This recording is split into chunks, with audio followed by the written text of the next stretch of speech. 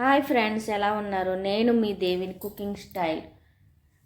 ఇప్పుడు వచ్చేసి మనం స్వీట్ పూరి చేసుకుందాం. దానికి కావాల్సిన పదార్థాలు: ఒక కప్పు మైదా తీసుకున్నాను, ఒక కప్పు గోధుమ పిండి తీసుకున్నాను. దాంట్లోకి తగినంత సాల్ట్ వేసుకోవాలి. వేసుకున్న తర్వాత బాగా కలుపుకోవాలి. నేను ఇందులో అయితే బేకింగ్ సోడా గట్రా ఏమీ వేస్తలేదు ఫ్రెండ్స్. చూడండి, ఓన్లీ సాల్ట్ ఒకటి వేసాను. చపాతీ ముద్దలకు కలుపుకోవాలి. దాన్ని అయితే కలుపుకొని చపాతీ మనం ఎలా చేసుకుంటామో అలాగే చేసుకోవాలి. చేసుకున్న తర్వాత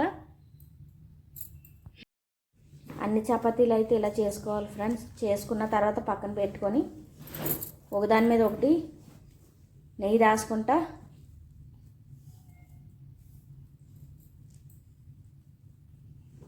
చూడండి, అన్నీ అయిపోయి ఇప్పుడు నెయ్యి రాసుకోవాలి. దాని మీద నెయ్యి రాసుకొని అప్పుడు కొంచెం పిండి చల్లుకొని, మీకు మైదా పిండి ఉంటే మైదా పిండి చల్లుకోండి, గోధుమ పిండి ఉంటే గోధుమ పిండి చల్లుకోండి. జల్లుకొని ఓదాని తర్వాత ఒకటి అలాగే రాసుకుంటా చపాతీలు వేసేయండి. దాని మీద నుడతలు రాకుండా చూసుకోండి.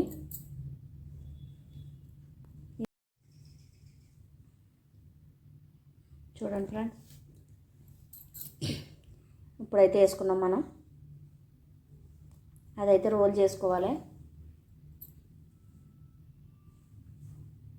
రోల్ చేసుకున్నాక మనం కట్ చేసుకుంటామే.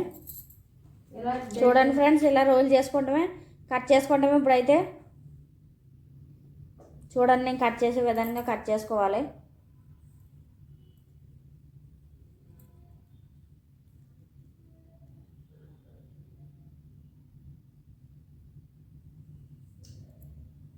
కాజాలకి ఎలా కట్ చేస్తాం అలాగే కట్ చేసుకోవాలి. తర్వాత పూరీకి చేసుకున్నట్టు చేసుకొని మనం ఆయిల్లో ఫ్రై చేసుకుంటామే. చూడండి ఎలా వచ్చినాయో కాజల్లాగా. ఇప్పుడైతే చూడండి, మనం పూరీలా చేసుకున్నాం. ఇప్పుడైతే ఆయిల్లో వేసుకున్నాం.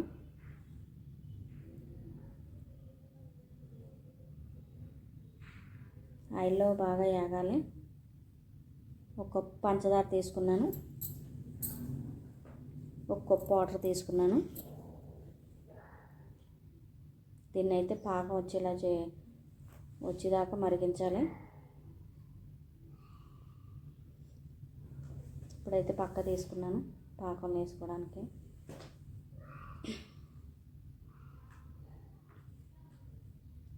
మనం అవి పాకలు వేసి చూడండి. ఇలాంచీలు కూడా వేసుకోవాలి ఫ్రెండ్స్. నేనైతే చెప్పడం మర్చిపోయాను. మనం గులాబ్ జాములకి ఎలా పెట్టుకుంటాం పాకం అలాగే పెట్టుకోవాలి సేమ్. బాగా డిప్ చేయాలి పాకంలో అయితే. అప్పుడు వేరే బౌల్లోకి తీసుకోండి దాన్ని. చూడండి, ఇదైతే వేరే దాంట్లో తీసుకుందాం. అయిపోయింది మన స్వీట్ పూరి. ఇప్పుడైతే బాదం మాల జల్లుకొని చూడండి ఫ్రెండ్స్, అయిపోయింది స్వీట్ పూరి. ఇలాంటి వీడియోస్ కోసం మన ఛానల్ని సబ్స్క్రైబ్ చేసుకోండి, లైక్ చేయండి, షేర్ చేయండి, కామెంట్ చేయండి. సబ్స్క్రైబ్ చేసుకోండి అబ్బా.